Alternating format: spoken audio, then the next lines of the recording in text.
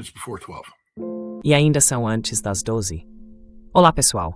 Hoje é quarta-feira, 18 de março de 2026, e nosso querido amigo, nosso irmão, Scott Ritter, está aqui conosco.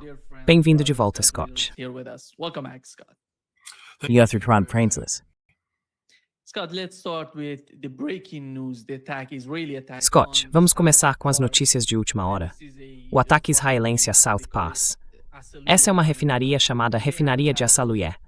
E eles atingiram várias fases: a terceira, quarta, quinta e sexta. Relatórios dizem que o ataque foi coordenado previamente com os Estados Unidos. Para onde estamos indo com esse conflito, com a guerra que está se expandindo além disso? Por que não se trata apenas de refinarias de petróleo? Estamos vendo usinas de dessalinização e outras infraestruturas críticas, coisas essenciais para a sobrevivência humana, não apenas no cotidiano. Como você vê a escalada dessa guerra?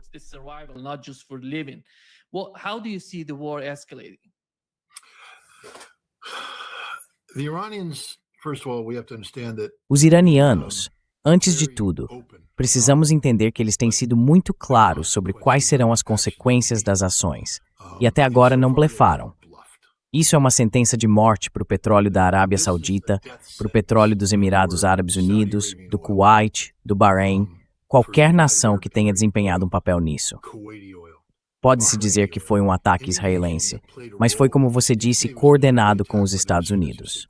Os Estados Unidos são, no mínimo, culpados e cúmplices. Portanto, todas as nações árabes do Golfo que participaram disso vão pagar um preço extraordinário. Agora, talvez os iranianos façam de uma delas um exemplo e depois digam ao resto: vocês precisam fazer isso parar ou então vamos eliminar tudo. No próximo ataque, eliminamos tudo. If the next attack we take everything up, but this one, Saudi Arabia, I'm sorry. Mas este aqui, a Arábia Saudita, desculpe, vocês mentiram para nós. Vocês permitiram que aviões americanos entrassem aqui. Eles precisam eliminar a produção de energia saudita. Se não o fizerem, então a energia deles será eliminada. E esse é o objetivo de Israel. Porque veja, o que aconteceu, o motivo pelo qual essa decisão foi tomada, é que isso prova, de forma definitiva, que tanto Israel quanto os Estados Unidos agora sabem que a mudança de regime é impossível, que o governo iraniano vai sobreviver a este conflito. Então, o que eles estão fazendo agora é garantir que o governo iraniano e tudo que ele governa fiquem empobrecidos. Eles estão tentando causar danos permanentes e duradouros à capacidade do Irã de produzir gás, petróleo e energia, e de obter renda com isso.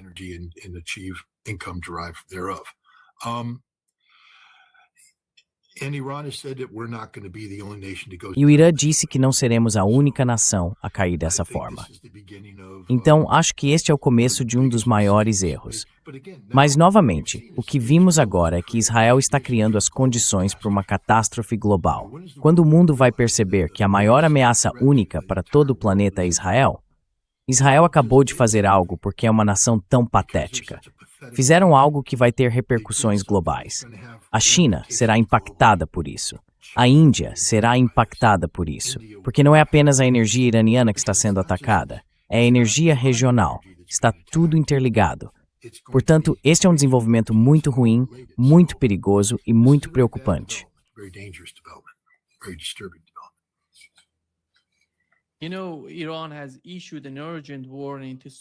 Sabe, o Irã emitiu um alerta urgente para a Arábia Saudita e os Emirados Árabes Unidos, vários pontos, como o complexo de Jubail, a refinaria Samref, e nos Emirados, o campo de gás Al-Hassan. E junto com o Catar, no Catar há o complexo Masai, que dizem estar afiliado a Chevron. Então, 2 locais no Catar, 2 na Arábia Saudita e 1 nos Emirados Árabes Unidos. E eles disseram que vão atacar esses lugares e que qualquer pessoa que viva nas proximidades deve deixar a região.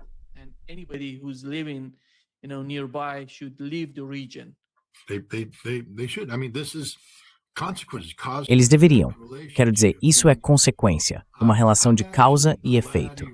E, na verdade, fico feliz que o Irã vá fazer isso. Espero que eles ataquem com força. Espero que, quando terminarem, não seja apenas algo simbólico, explodir algumas coisas para tirar boas fotos das chamas. Eles precisam eliminar a capacidade de produção de energia em todas essas instalações, porque então o que precisam dizer é isso que faremos com tudo se isso acontecer de novo. Isso não é, sabe, óleo por óleo. Você não pode destruir um dos nossos campos e nós destruímos um dos seus. Nós vamos derrubar todo o maldito sistema. E eles precisam provar isso agora.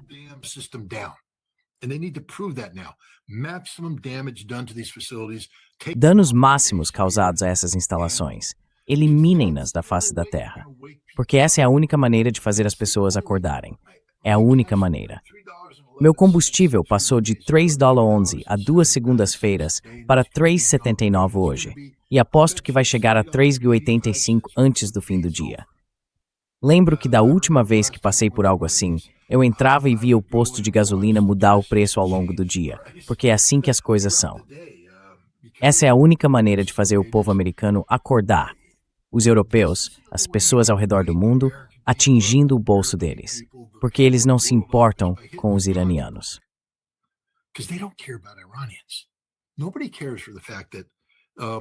Ninguém se importa com o fato de que, para matar Ali Larzani e seu filho, eles destruíram um quarteirão inteiro.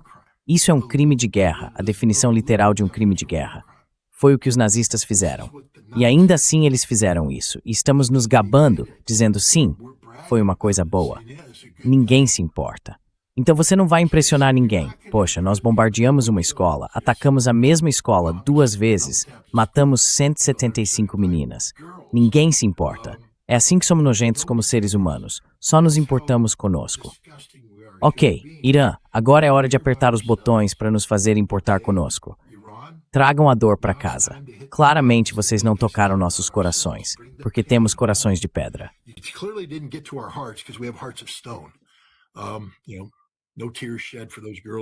Sabe, nenhuma lágrima foi derramada por aquelas garotas. Nenhuma lágrima foi derramada pelas 100 pessoas que morreram.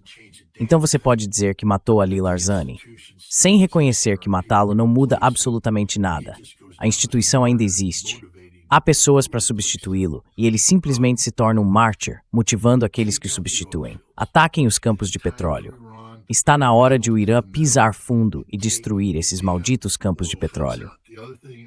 Outra coisa que eu faria, se fosse o Irã, seria dizer às nações que estão enviando petroleiros pelo Estreito de Hormuz: chega de petroleiros. Um bloqueio completo do Estreito de Hormuz. Vamos causar dor, e é hora de causar dor. E se a Índia disser nós não fizemos nada, bem, azar o deles.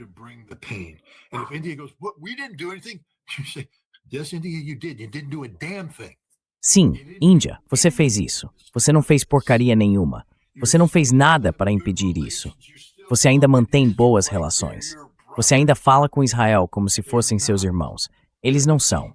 Eles são as pessoas que nos matam todos os dias da semana. E você quer que façamos negócios com você? É hora de o Irã jogar essa carta. E eles precisam dizer aos russos e aos chineses que também é hora de os russos e os chineses elevarem o nível, porque isso vai ter um impacto terrível, especialmente sobre a China. A China está olhando para o seu futuro agora. Vai haver um grande contratempo, porque mesmo que comecem a comprar energia da Rússia, eles não têm capacidade de escoamento para levar toda essa energia até lá.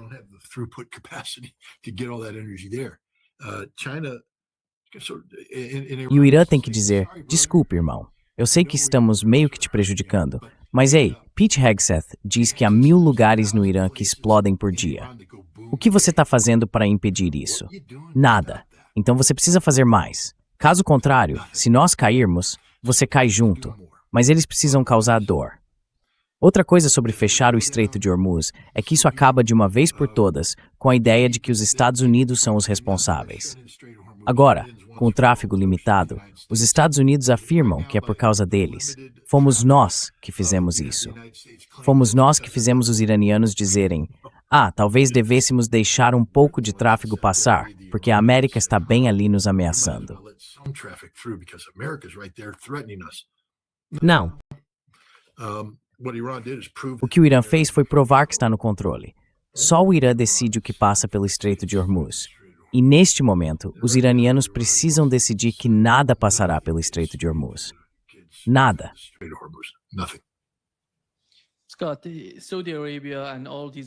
Scott, a Arábia Saudita e todos esses estados árabes estão em um tipo de pânico. A Arábia Saudita, como você sabe, está sediando hoje uma reunião de ministros das relações exteriores em Riad. Um diplomata turco informou que eles estão reunindo Azerbaijão, Bahrein, Egito, Jordânia, Kuwait, Paquistão, Catar, Síria e Turquia, todos se encontrando na Arábia Saudita junto com os Emirados Árabes Unidos. Sabemos que o Azerbaijão é muito importante para Israel. Não sei se o Irã faria algo nessa direção, ou se todos esses países reunidos fariam algum tipo de movimento nesse sentido. Como você vê as capacidades desses países? How do you see all the capabilities of these countries? To do what? Right? Fazer o quê? Quer dizer, sabe, o negócio é o seguinte: enquanto a Arábia Saudita cedia essa reunião, eles vão perder um campo de petróleo. Como é que se sente a Arábia Saudita? E enquanto os Emirados Árabes Unidos enviam seu representante, eles vão perder um campo de petróleo. O Catar vai perder um campo de gás natural. Sabe? Essa é a realidade. Então o que eles vão fazer se reunir e dizer o quê? Que vão ameaçar o Irã? Ei, cara, eles já estão perdendo 1000 pontos no mapa por dia, sendo bombardeados pelos Estados Unidos. Você vai trazer seu exército pateticamente pequeno e fazer disso 1020? Acha que os 20 alvos adicionais que pode atingir por dia vão mudar o que está acontecendo? Quer dizer, essa é a realidade patética dessas nações árabes. Elas venderam suas almas ao diabo.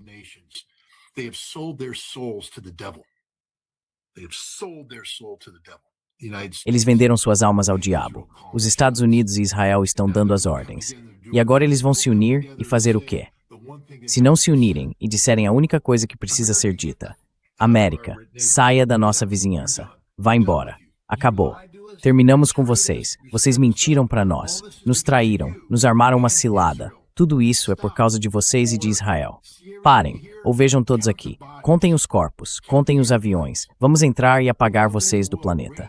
Está na hora de as nações se levantarem e simplesmente dizerem a Israel, lembrá-los de como são pequenos, de como são patéticos e de como são insignificantes.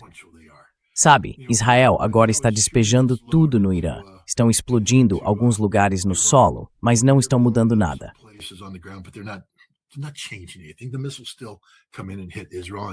Os mísseis continuam chegando e atingindo Israel diariamente. O Hezbollah está massacrando as tropas israelenses no sul do Líbano. Quero dizer, vá em frente, Israel. Mobilize 450 mil. Todos eles também vão morrer. O Hezbollah é melhor nesse negócio do que vocês. Vocês estão no território deles e eles vão massacrá-los. E vocês não querem lutar. Essa é a outra questão. Os israelenses não acreditam mais nessa missão. Eles só acreditam nela quando não há dor envolvida. E agora não é mais indolor. Há muita dor associada a isso. Então eles precisam colocar pressão nos lugares certos. Precisam pressionar os Estados Unidos e Israel. Se tentarem pressionar o Irã, o que o Irã se importa?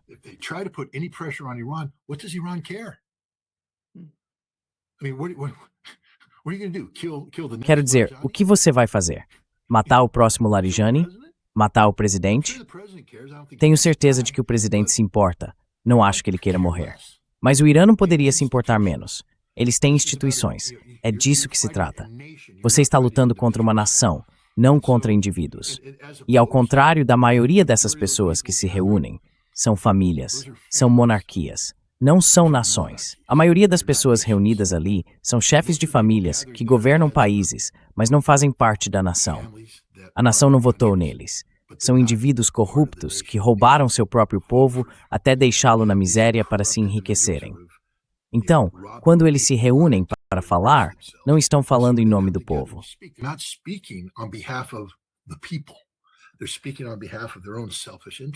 Eles falam em nome de seus próprios interesses egoístas. Há apenas algumas nações em que se pode realmente dizer que o líder fala pelo povo. Quero dizer, Erdogan, eu acho, fala pela nação turca. Mas Jolani, por quem ele fala? Quem ele vai enviar? Outro cortador de cabeças? Nenhum dos estados árabes do Golfo é democrático. Nenhum deles. Todos são autocráticos, corruptos, moral e economicamente corruptos indivíduos.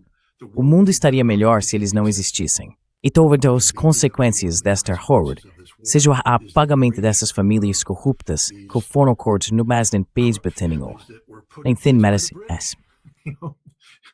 None of them earned this. They didn't come in and, these aren't people that came in and Eles não chegaram dizendo algo como: olá, descobrimos este grande país e vamos liderar sendo intelectualmente sólidos e moralmente corretos e vamos construir coisas. Eles chegaram e começaram a cortar cabeças. E um dia um camelo saiu e urinou no deserto, e um pouco de petróleo apareceu. Eles pensaram: ah, isso não tem um gosto muito bom. Por que não contratamos um estrangeiro inteligente? E então vieram os britânicos e os americanos, que disseram: isso é petróleo. O que precisamos fazer? Absolutamente nada. Você só fica aí, no seu camelo, na sua tenda, fumando seu cachimbo, e nós tiramos o petróleo do chão, jogamos um pouco de dinheiro para você e levamos o resto. the oil out of the ground and we'll throw some money your way and then we'll take it. And that's how it got developed. These guys didn't do anything. E foi assim que isso se desenvolveu. Esses caras não fizeram nada, nada além de cortar algumas cabeças. Outras pessoas desenvolveram a indústria. Agora eles herdaram isso e têm uma estrutura montada que lhes garante todo o dinheiro. Pergunte aos Emirados Árabes Unidos, porém, qual é a porcentagem de emiradenses nas forças armadas deles? 85% do exército dos Emirados é composto por mercenários, principalmente paquistaneses. Eles não sabem lutar. Quando constroem um prédio, os homens emiradenses estão lá, arregaçando as mangas, pegando sol, fazendo a obra. De jeito nenhum. Eles estão em um escritório com ar-condicionado, gordos, fumando e gastando o dinheiro do petróleo. Outras pessoas vêm e fazem o trabalho por eles. And oil money. Other people come in and do the work for them. These aren't good people. These aren't good nations. Essas não são boas pessoas. Esses não são bons países. Eles não defendem nada que vale a pena. Escondem-se atrás de uma fachada de intelectualismo. Construímos o novo Louvre no Oriente Médio. Você sabe, os Emirados Árabes Unidos construíram aquela imitação do Louvre. O que vai acontecer quando todos os seus campos de petróleo forem destruídos, você ficar sem dinheiro e ninguém mais quiser ir para o seu pedaço estúpido de deserto? Você não terá água, porque as usinas de dessalinização terão sido destruídas e aquele prédio ficará vazio. Ninguém vai visitar.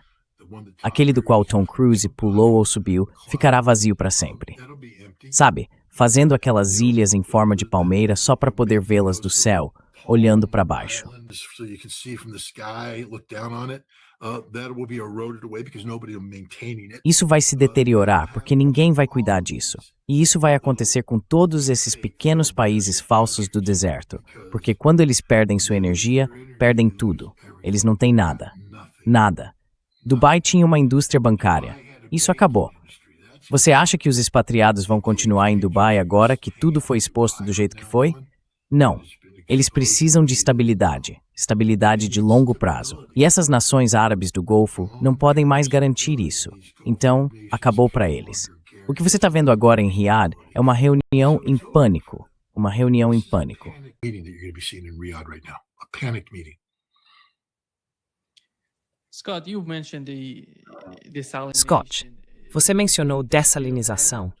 Você acha que estamos caminhando para ataques a usinas de dessalinização? Porque isso poderia ser uma grande catástrofe para toda a região. O Irã não depende da dessalinização se a escalada seguir nessa direção. Mas sabemos que os Estados Árabes, junto com Israel depende da dessalinização para mais de 75% de sua água. Israel is dependent more than 75% on desalination plants.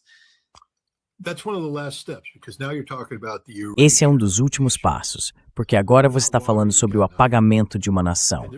Sem água, você não tem nada.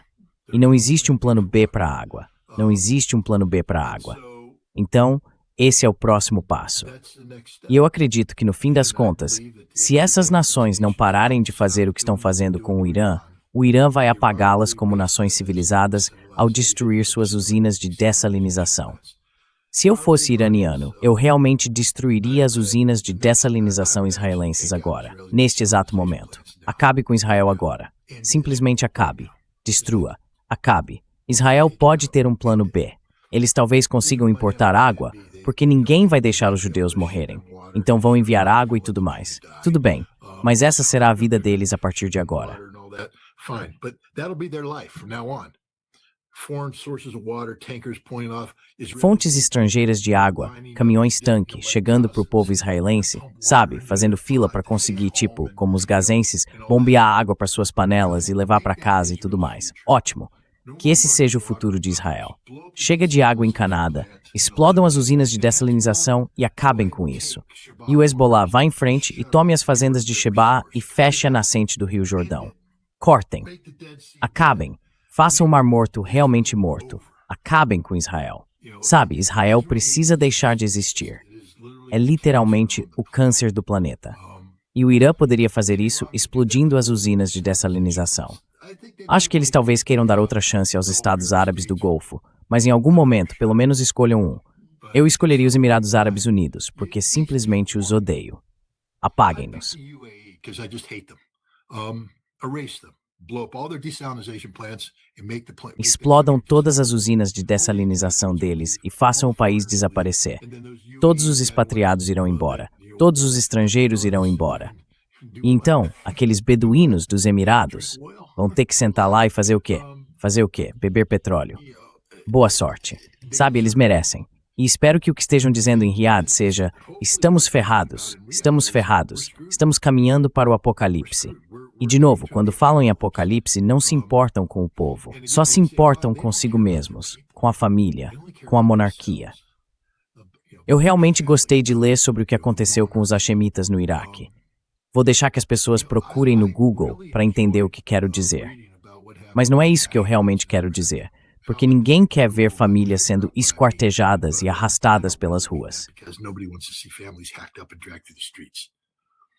But you know, when you take these families that have no legitimacy. Mas sabe, quando você pega essas famílias que não têm legitimidade alguma e as coloca no poder, e elas são tão corruptas assim, talvez precisem da solução hashemita, versão Bagdá, que poderia se tornar a solução hashemita, versão Amã. Isso seria bom. Poderia ser a solução no Bahrein. Você realmente quer que o califa continue lá? Esse gordo insignificante? Quero dizer, ele é tão corrupto, tão desprezível. A família tem sido desprezível. Eles eram uma piada quando estávamos lá, como inspetores de armas. Eu poderia te contar histórias que fariam seu cabelo arrepiar.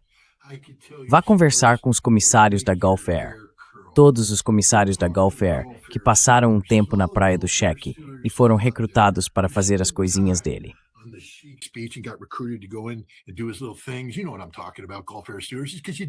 Vocês sabem do que estou falando, comissários da Gulf Air, porque vocês estavam lá. Por que não começam a contar às pessoas o que realmente aconteceu? Quão desprezíveis essas pessoas são. Desprezíveis. E ainda assim governam, e nós os tratamos como se fossem, sabe, alguém importante. Eles não são ninguém. São estúpidos, ignorantes, corruptos e moralmente deficientes. E mesmo assim ficam lá, vivendo, ganhando todo esse dinheiro, e todo mundo se aproxima deles, tratando-os como se fossem deuses só porque ganham dinheiro. Pois bem, eles não vão ganhar mais dinheiro se o Irã acabar com a energia deles. E então o mundo verá quem eles realmente são, perdedores patéticos. Estou de saco cheio, porque a culpa é deles.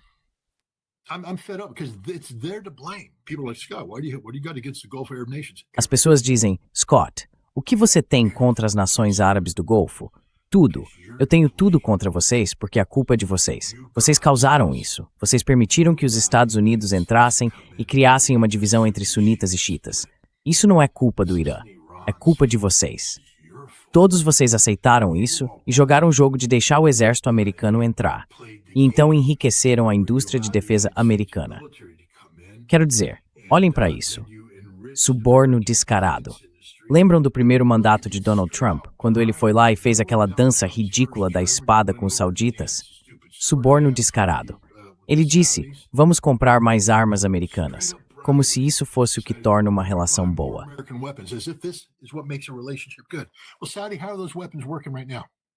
Então, Arábia Saudita, como essas armas estão funcionando agora? Quão seguros vocês se sentem com todas as armas que compraram? E os Emirados Árabes Unidos, como está funcionando esse sistema de defesa antimísseis? Quero dizer, vocês podem colocar isso em todos os seus números falsos. Disparamos 400 mísseis e derrubamos 297 deles, é mesmo? Quantos interceptores vocês usaram para derrubar esses mísseis? E quantos ainda restam? O que vai acontecer amanhã, quando vocês não puderem defender sua nação porque os Estados Unidos se recusam a lhes dar mais interceptores, já que enviamos todos os que tiramos da Coreia do Sul para Israel? É o papel desempenhado pelas nações árabes do Golfo que tornou isso possível. São eles os responsáveis. Por isso, não derramo nenhuma lágrima por eles.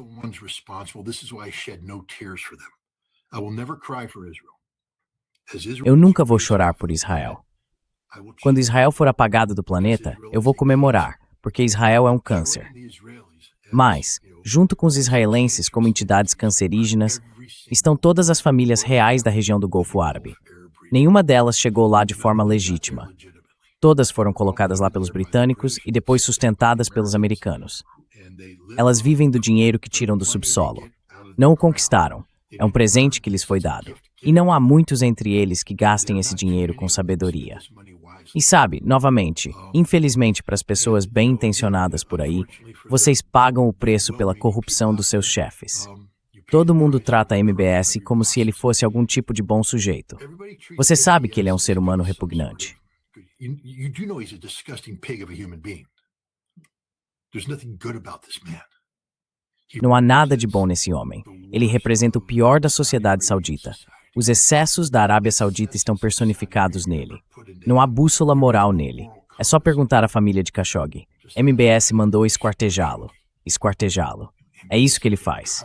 E mesmo assim fomos apertar a mão dele. Nós nos arrastamos até ele. Joe Biden literalmente se arrastou até ele. Joe, você deveria ter bombardeado a Arábia Saudita.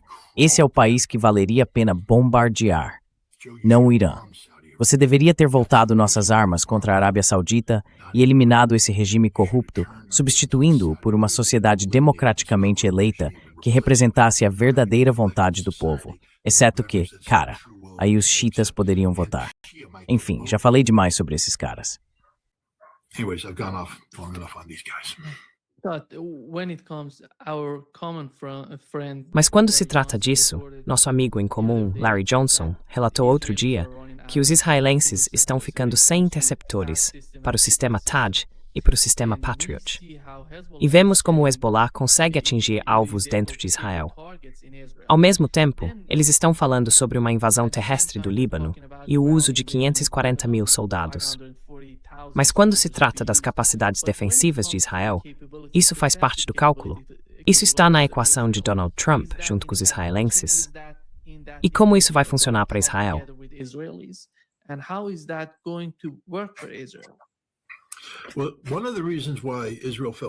Bem, uma das razões pelas quais Israel se sentiu confiante em atacar o Irã neste momento é que eles se convenceram de que haviam tirado o Hezbollah do jogo. Sempre houve, por parte dos israelenses, o entendimento de que o Hezbollah era como uma pistola carregada apontada para a cabeça de Israel. E que se atacassem o Irã, bum, a pistola dispararia. Então, eles miraram na liderança de nível médio do Hezbollah. Arrancaram muitas mãos, cegaram pessoas, mataram Hassan Nasrallah e trabalharam com os Estados Unidos para fazer o governo libanês conter o Hezbollah. Eles se livraram da Síria, o que tornou problemática a linha de sustentação entre o Hezbollah e o Irã.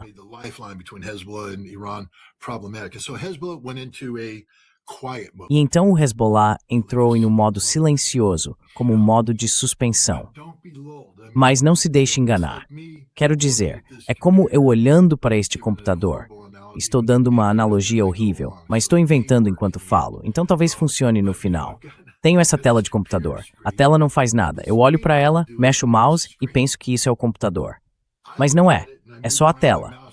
O computador está bem aqui ao lado. É ele que faz todo o processamento. E o que aconteceu aqui foi que fizemos todo mundo colocar a tela em modo de suspensão. Pronto. Aí tá. Resolvemos o problema do Hezbollah.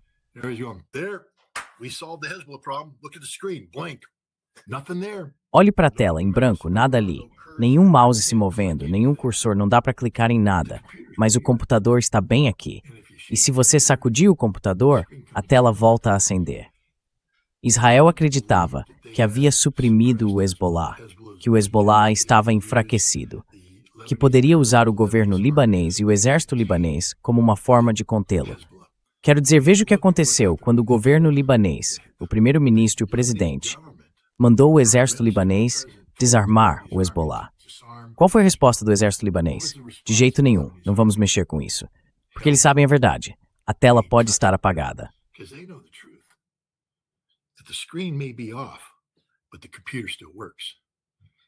Mas o computador ainda funciona. E quando ele liga, liga com tudo.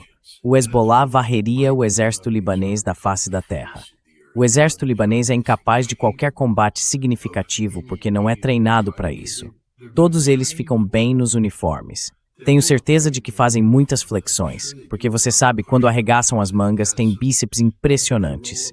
E tem aquele peitoral tronco definido que afina na cintura. Os soldados libaneses ficam realmente bem de uniforme. Ficam mesmo.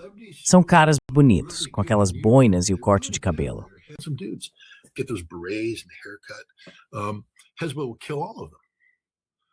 O Hezbollah mataria todos eles, porque o Hezbollah é um grupo de combatentes muito competente e eles ainda estão lá. O Hezbollah, sabe, teve que fazer algumas, qual é a palavra que estou procurando? Cosméticas. Isso, alterações cosméticas, sabe, recuar um pouco do sul. Mas todos os túneis ainda estão lá. Israel explodiu alguns depósitos de mísseis e tomou o controle de uma instalação de produção de mísseis na Síria e a destruiu.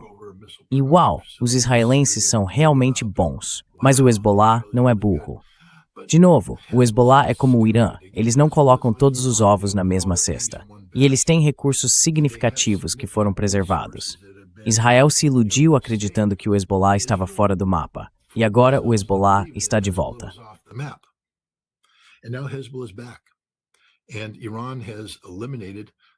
E o Irã eliminou grande parte da capacidade de Israel de se defender.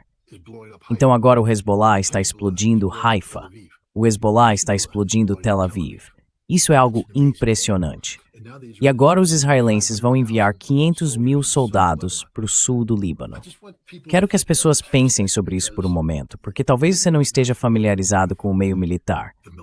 Uma das coisas que sempre fazíamos nas Forças Armadas, antes de qualquer ação, treinamento, guerra, era o que chamamos de preparação de inteligência do campo de batalha, ou IPB. E uma das coisas que fazemos é observar o terreno e ver o que ele nos diz, porque o terreno vai indicar algumas coisas, onde você pode ir e onde não pode. Então fazemos sobreposições de áreas de acesso e de restrição.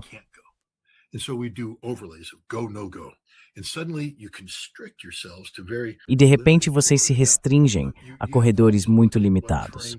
Agora, também é preciso observar quais características do terreno podem dominar esses corredores, porque à medida que os corredores avançam, quem controla este terreno aqui pode interromper o corredor, não apenas bloqueando-o aqui, mas também mais acima.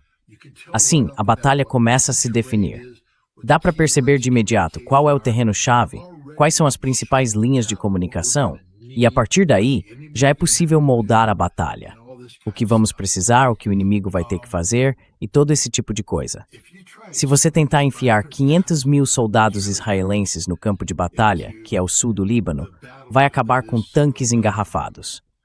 Ou vai ter soldados em uma encosta servindo apenas de alvos adicionais.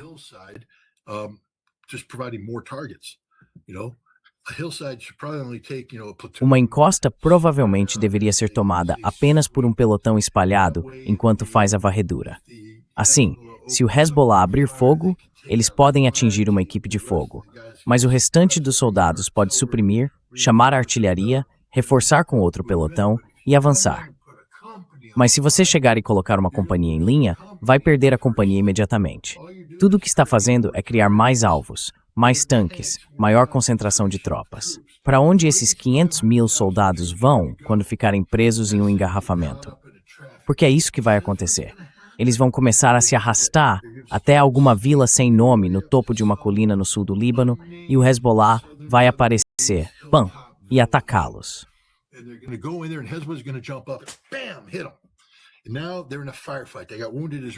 E agora eles estão em um tiroteio. Há israelenses feridos, é preciso tirá-los de lá. Mas não dá para tirá-los porque há um engarrafamento. O engarrafamento vai ser atingido. Foguetes, tanques em chamas, tudo. Eles estão presos. Todas essas tropas vão ficar concentradas em certas áreas e o Hezbollah tem foguetes. Eles vão atingir essas áreas e matar esses caras. Por favor, Israel, Não mobilize 500 mil, mobilize 1 milhão. Coloque todos os homens em uniforme e envie-os para o Líbano para que todos morram, porque é isso que vai acontecer. O Hezbollah vai acabar com eles. O Hezbollah está em uma luta existencial neste momento. Hezbollah is in an existential struggle right now. Hezbollah before never really did the Sabe, o Hezbollah nunca realmente entrou em um modo de luta até o fim, porque também estava ligado ao governo libanês. O governo libanês provou ser nada mais do que uma fachada do Mossad. O presidente e o primeiro-ministro trabalham para o Mossad. Vou repetir, o presidente do Líbano e o primeiro-ministro trabalham para o Mossad. Agora, pode ser de forma direta ou indireta. Talvez Tom Barak, o embaixador americano na Turquia, que agora é o enviado especial libanês, seja uma fachada para eles. Mas o ponto é que eles não trabalham para o povo libanês. Porque se trabalhassem, já teriam declarado guerra a Israel por todos os bombardeios que ocorreram em Beirute e em outros lugares.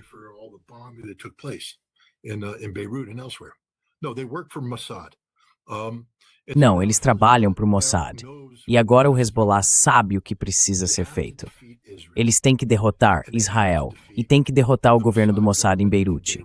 E eles vão conseguir, porque esta é uma luta de vida ou morte para pessoas que, como já falamos, abraçam o martírio, não de forma suicida, mas sem medo. Sabe, todos aqueles garotinhos israelenses se preparando para entrar no Líbano, eles estão com medo. São garotinhos assustados. Veja, são filhos da mamãe. São a nova geração de israelenses. Cresceram com a mamãe e são tão bonzinhos. Eles entendem de TI. São muito bons. Oh, they're so nice and they know IT. They're very good. They want to create their big thing in life isn't to work on a Eles querem criar. Veja, o grande objetivo deles na vida não é trabalhar em um kibutz sob o sol, suando e ganhando músculos. Eles querem sentar em um escritório com ar-condicionado e abrir uma startup de TI. É só isso que eles querem fazer. Quero abrir uma startup de TI, uma startup, porque isso significa que você não faz nada e ganha todo o dinheiro. É isso que os israelenses são hoje. Não trabalham, são preguiçosos. Então, todos esses filhinhos da mamãe agora vão se mover em direção ao Líbano. Mas quando tirarem os capacetes, vai estar lá a pequena Mishva, ou seja, lá qual for o nome da namorada deles, e eles vão olhar e dizer, mamãe e minha namorada. Eu sinto falta deles. Eles estão pensando da maneira errada. O Hezbollah, por sua vez, está lá embaixo, sabe?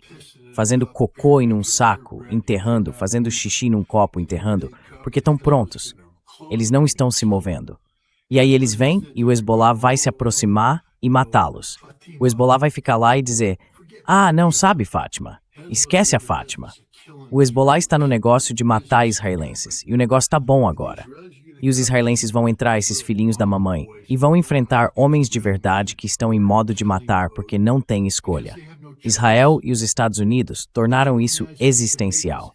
Se derrotarem o Irã, é o fim do Hezbollah. Então o Hezbollah está lutando literalmente por sua existência.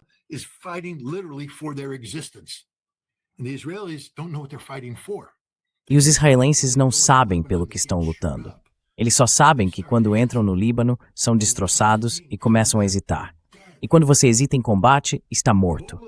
Mobilize todos os israelenses no Líbano, e então não teremos mais que nos preocupar com Israel. O Hezbollah está fazendo o trabalho de Deus agora, porque está removendo o câncer. Sabe, o Hezbollah não foi derrotado. Todo mundo diz, eles foram derrotados. Eles apenas ficaram dormentes. A tela deles entrou, sabe, em modo silencioso. Ficou preta. Mas o computador ainda está lá, com o disco rígido e a CPU e todas essas coisas. E agora eles o sacudiram, a tela voltou a funcionar e o computador está operando como um campeão.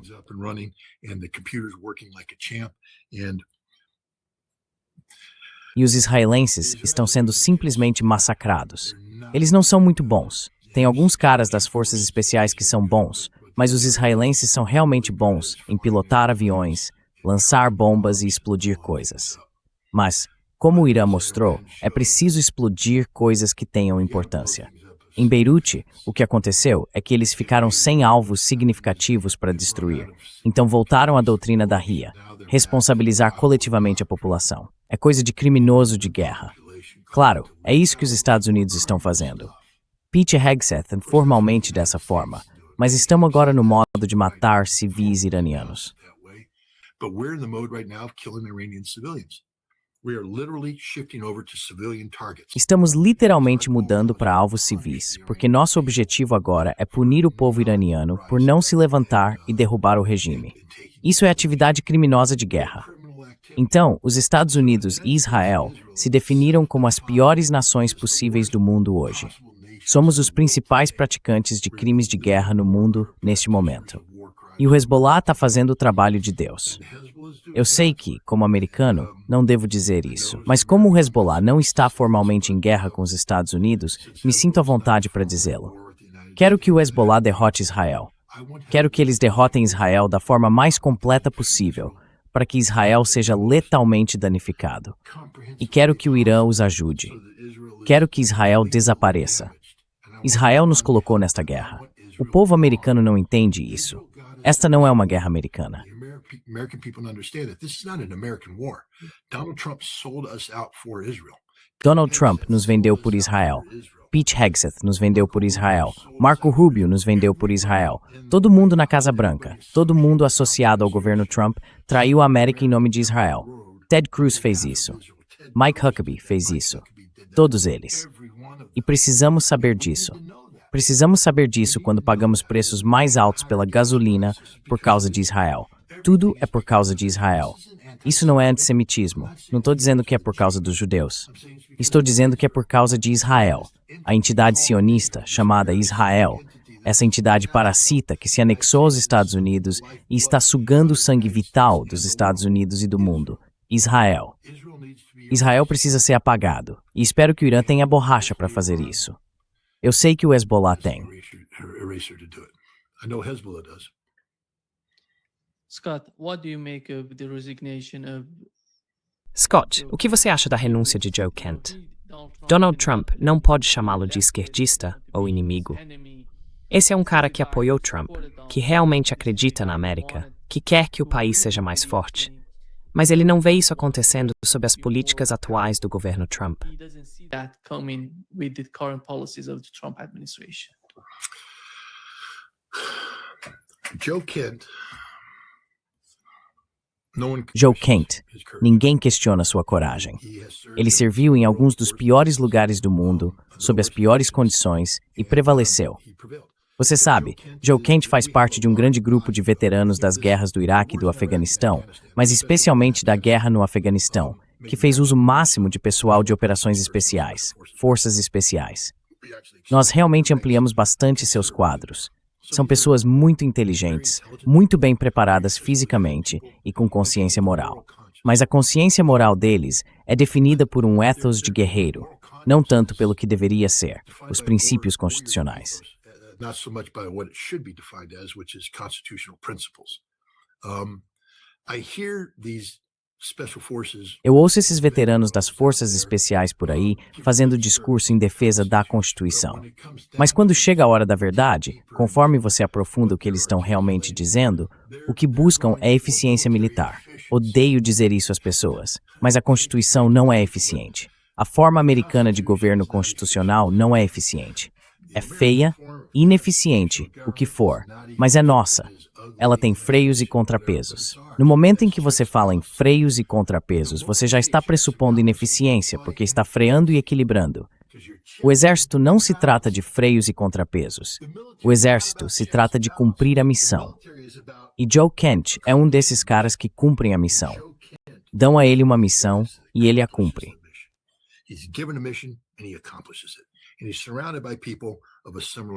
E ele está cercado por pessoas com uma mentalidade semelhante.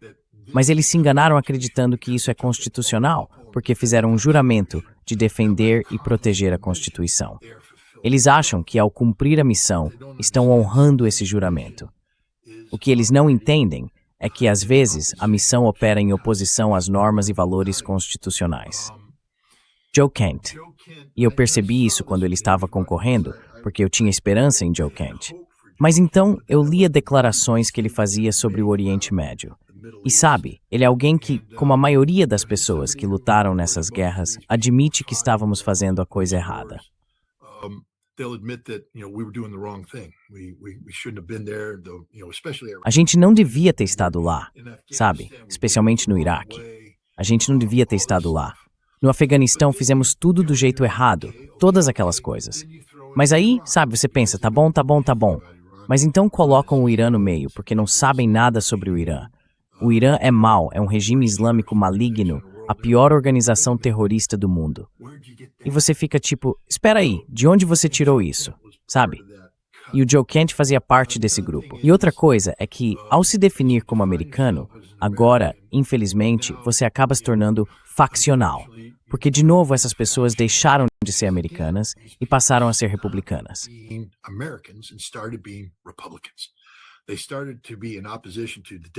Eles começaram a se opor ao Partido Democrata porque muitas pessoas dentro do Partido Democrata eram contra o que eles estavam fazendo no Afeganistão ou no Iraque.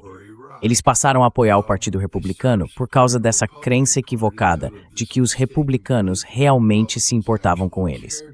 Mas Joe Kent sabe disso. Joe, você tem... Eu presumo, porque Joe Kent é um cara íntegro. Ele perdeu a esposa, Shannon. Ela foi uma heroína.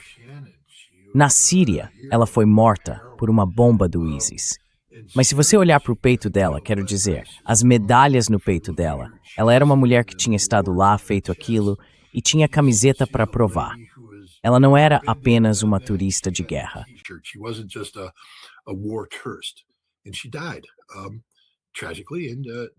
E ela morreu, tragicamente.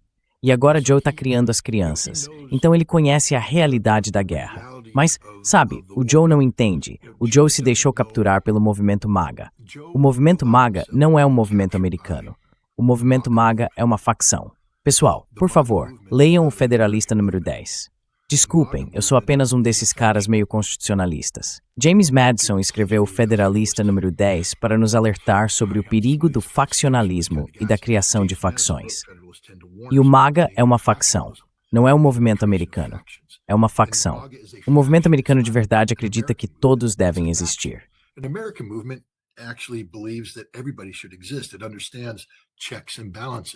Ele entende o sistema de freios e contrapesos, a necessidade de equilíbrio. As facções querem que tudo aconteça do seu jeito. E a facção MAGA é controlada por um grupo de sionistas que sequestraram o movimento MAGA para colocar Israel em primeiro lugar, literalmente. Joe Kent concordou com isso, assim como outros. Eles achavam que estavam servindo a América. América em primeiro lugar, MAGA. Não, vocês estavam servindo a Israel em primeiro lugar, o parasita que havia tomado conta do corpo americano. Ele concorreu a um cargo e agora está lá. E tem mais uma coisa, é fácil, e Joe sabe disso, assim como todos os outros. Eles sabem qual é o fardo da liderança. Joe sabe disso melhor do que ninguém.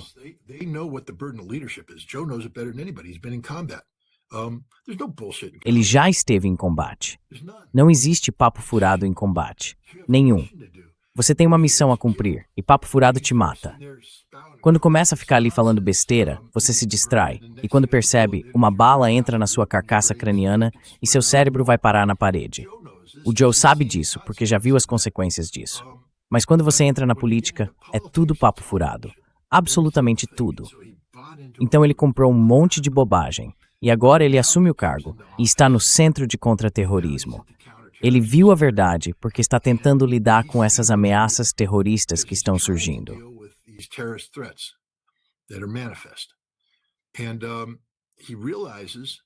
E ele percebe que não estamos atingindo os alvos certos. Não estamos focados no verdadeiro problema. Para vender essa guerra com o Irã, tivemos que rotular uma nação que não é terrorista por natureza, a nação iraniana, o povo iraniano, como terrorista. E gastar muito tempo explicando por que tudo o que eles fazem supostamente está ligado ao terrorismo, enquanto os verdadeiros terroristas estão por aí sem receber a atenção que merecem. Então acabamos sendo arrastados por uma guerra na qual Israel nos envolveu. Joe é inteligente. Ele sabe exatamente o que aconteceu. Ele sabe que Netanyahu disse a Trump para iniciá-la, e Trump concordou. Kent sabe que o Estado-Maior Conjunto disse que era uma má ideia.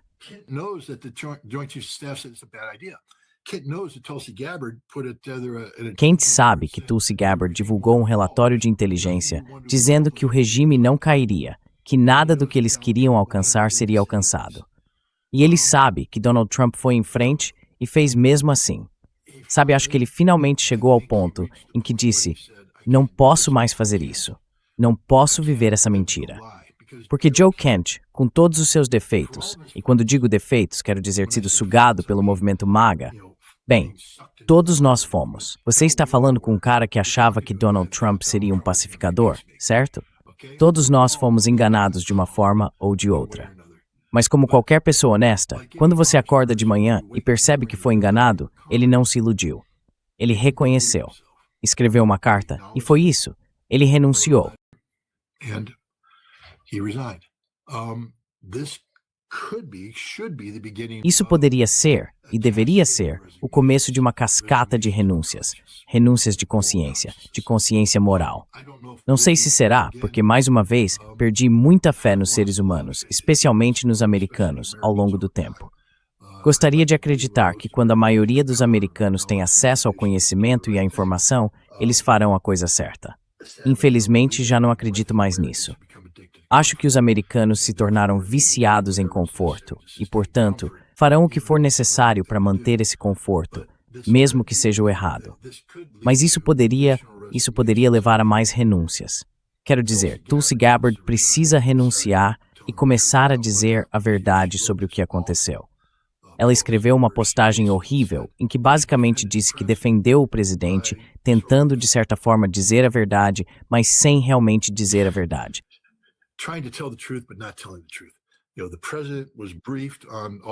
Sabe, o presidente foi informado sobre tudo isso, aquilo e mais alguma coisa, e o presidente tomou uma decisão.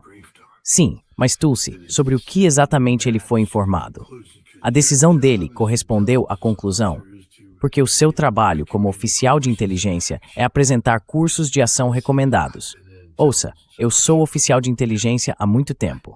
Eu sei o que você deve fazer. Então, o presidente seguiu um dos seus cursos de ação? Ele ouviu o que você disse, ou simplesmente fez o que bem entendeu e repetiu o que já havia dito antes? Eu não acredito em você. Eu não confio em você. Bem, nesse ponto, você tem que se demitir. Se o presidente não confia em você, então você não está cumprindo seu papel e deve renunciar pelo bem do povo. Encontre alguém lá dentro em quem o presidente confie.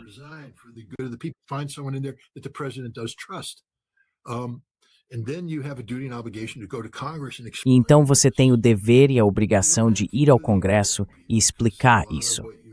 Você não precisa se dirigir ao povo americano, porque muito do que você explicaria é, como se sabe, classificado.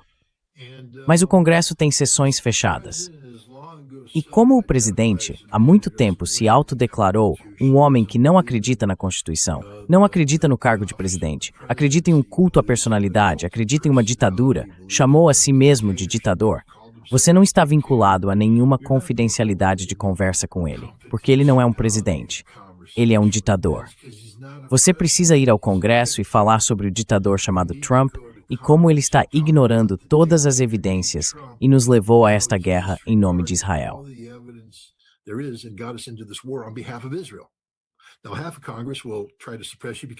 Agora, metade do Congresso vai tentar te reprimir porque trabalha para Israel.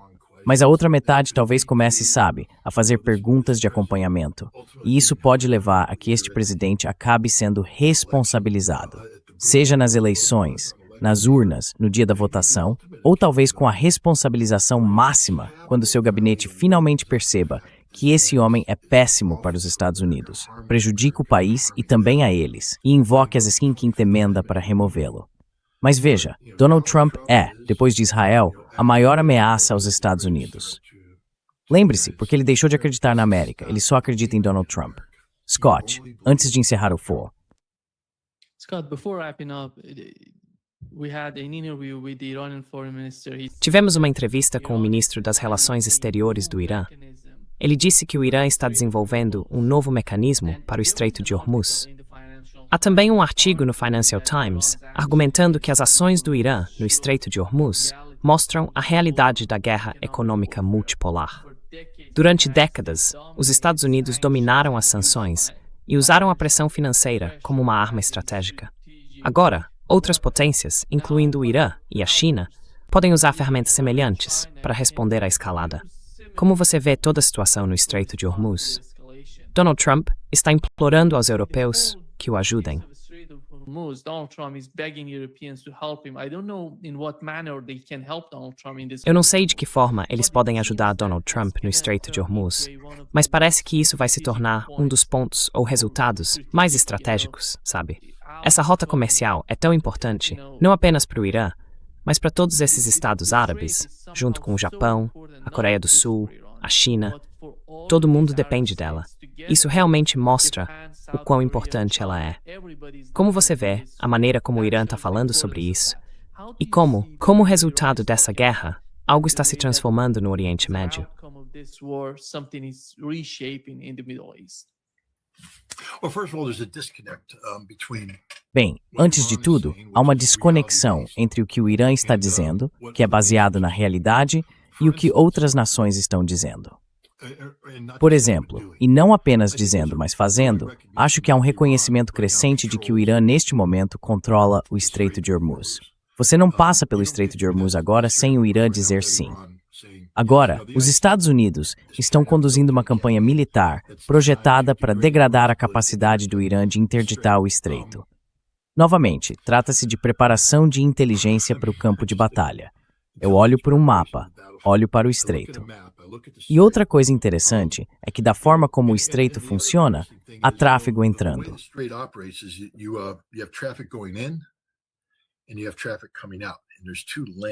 E você tem o tráfego saindo, e há duas faixas. O tráfego de saída passa por um canal que corre entre duas ilhas iranianas, ilha de Qeshm e Larak, acho que é. E é muito estreito. Sim, você nunca vai forçar a passagem se o Irã não quiser. O Irã nem sequer começou o processo de minar o estreito. Outra coisa que o Irã não fez foi afundar um navio no meio desse canal, porque isso seria o fim. Quero dizer, tudo que o Irã precisa fazer é colocar alguns petroleiros lá. Alfa Sword fez da sea, a Pahep Inu, Redempth Thampoint, sempre com Larustat. Iran controls the strait, will always control the strait. We're trying to do a campaign designed to hit. Estamos tentando conduzir uma campanha planejada para atingir as forças de mísseis do Irã. A Brigada de Mísseis Aref, acho que é assim que se pronuncia. Aref era aquela com o complexo que costumava pertencer a eles, o mesmo bombardeado pelos Estados Unidos que matou as meninas. RSF, algo assim. Está organizado em 4 batalhões. O primeiro batalhão tem mísseis antinavio de curto alcance, com alcance de cerca de 15 a 20 quilômetros. Você entendeu o que eu disse? 15 a 20 quilômetros. Isso significa que eles podem ficar um pouco mais recuados e ainda assim alcançar seus alvos. Não precisam estar bem na linha costeira. Então, a segunda brigada cuida dos mísseis de médio alcance.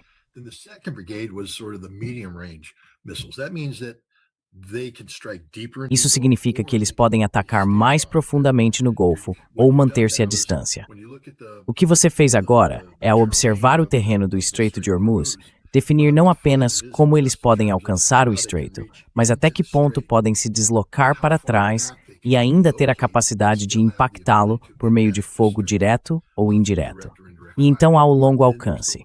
Assim, você tem 3 batalhões que fornecem uma capacidade de bloqueio em camadas. Os Estados Unidos, neste momento, estão focados em bombardear as cristas e montanhas ao longo da costa, como se explodir essas coisas fosse resolver algo. Isso mostra mais uma vez uma falta fundamental de compreensão.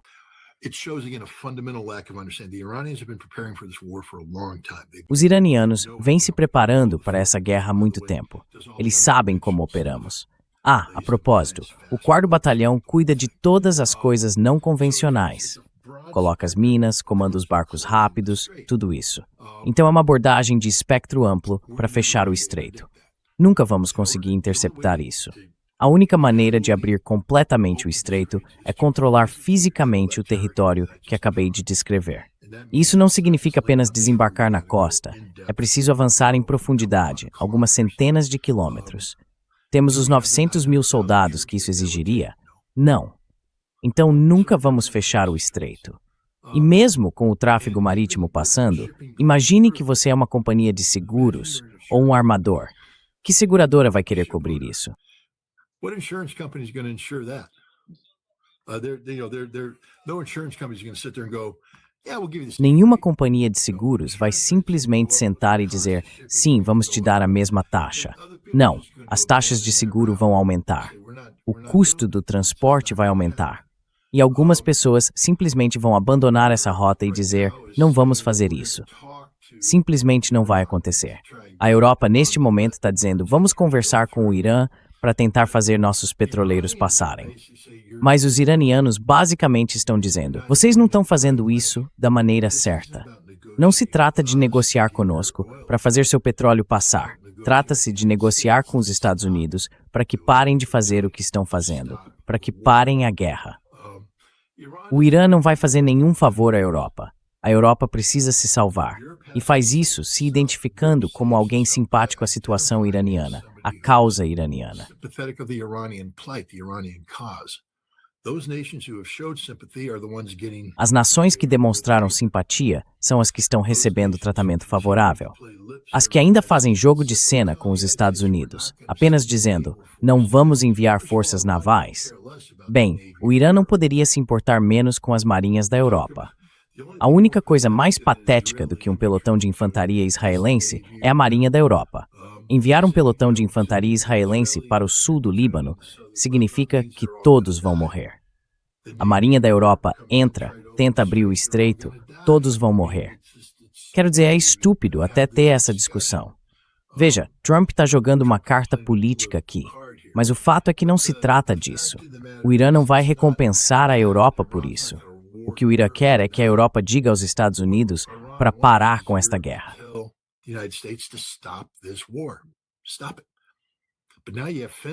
Pare com isso. Mas agora você tem a Finlândia dizendo, vamos trocar apoio aos Estados Unidos no Oriente Médio por apoio americano à Ucrânia. Você percebe como os europeus estão pensando? Então, o Irã não vai entrar nesse jogo. Acho que o que estamos vendo aqui é uma redefinição permanente dos parâmetros de segurança energética. Quaisquer cálculos ou algoritmos usados antes desta guerra vão mudar de forma permanente. Haverá novos algoritmos. O preço do petróleo vai ser mais alto, de qualquer maneira. Porque veja, por exemplo, se você é o Kuwait, digamos que a produção de petróleo do Kuwait sobreviva a este conflito.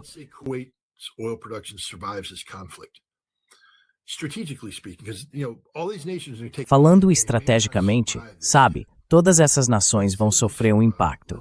Elas podem não sobreviver a isso. Digamos que sobrevivam. Digamos que a família real do Kuwait sobreviva.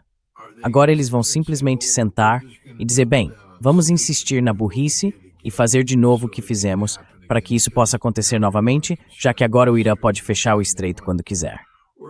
Ou vão começar a negociar com os sauditas para construir um novo oleoduto que conecte o petróleo do Kuwait ao Mar Vermelho. Mas o que eles precisam entender é que o oleoduto começa em algum lugar, e isso será apenas um alvo para os iranianos.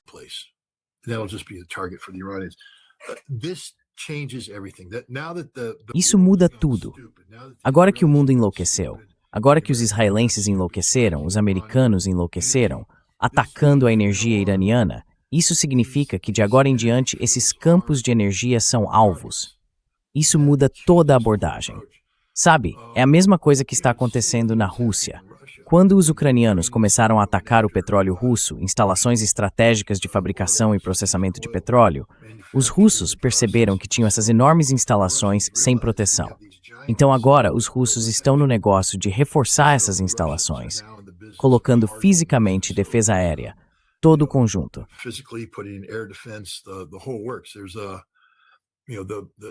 Existe, sabe, o papel que a indústria russa está desempenhando agora na tecnologia antidrone. Não é mais apenas o Ministério da Defesa. Essas empresas de petróleo agora são responsáveis por proteger seus próprios ativos, então estão desenvolvendo tecnologia antidrone. Bem, essa vai ser a nova realidade. Não dá mais para falar em construir um campo de petróleo no Oriente Médio sem falar em como defendê-lo, o que significa que seus custos aumentam. Então tudo vai custar mais. Tudo vai custar mais. E outra coisa que isso mostra é a vulnerabilidade de todas as rotas marítimas de comunicação. Veja o Estreito de Malaca, na Indonésia.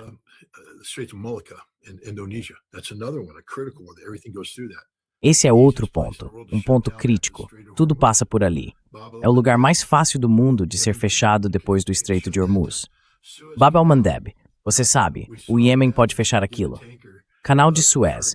Nós vimos o que acontece se um petroleiro vira na direção errada e fica preso. Tá fechado. Bem, talvez seja a hora de o Irã começar a afundar navios no Canal de Suez e fechá-lo também. Quer jogar jogos estúpidos?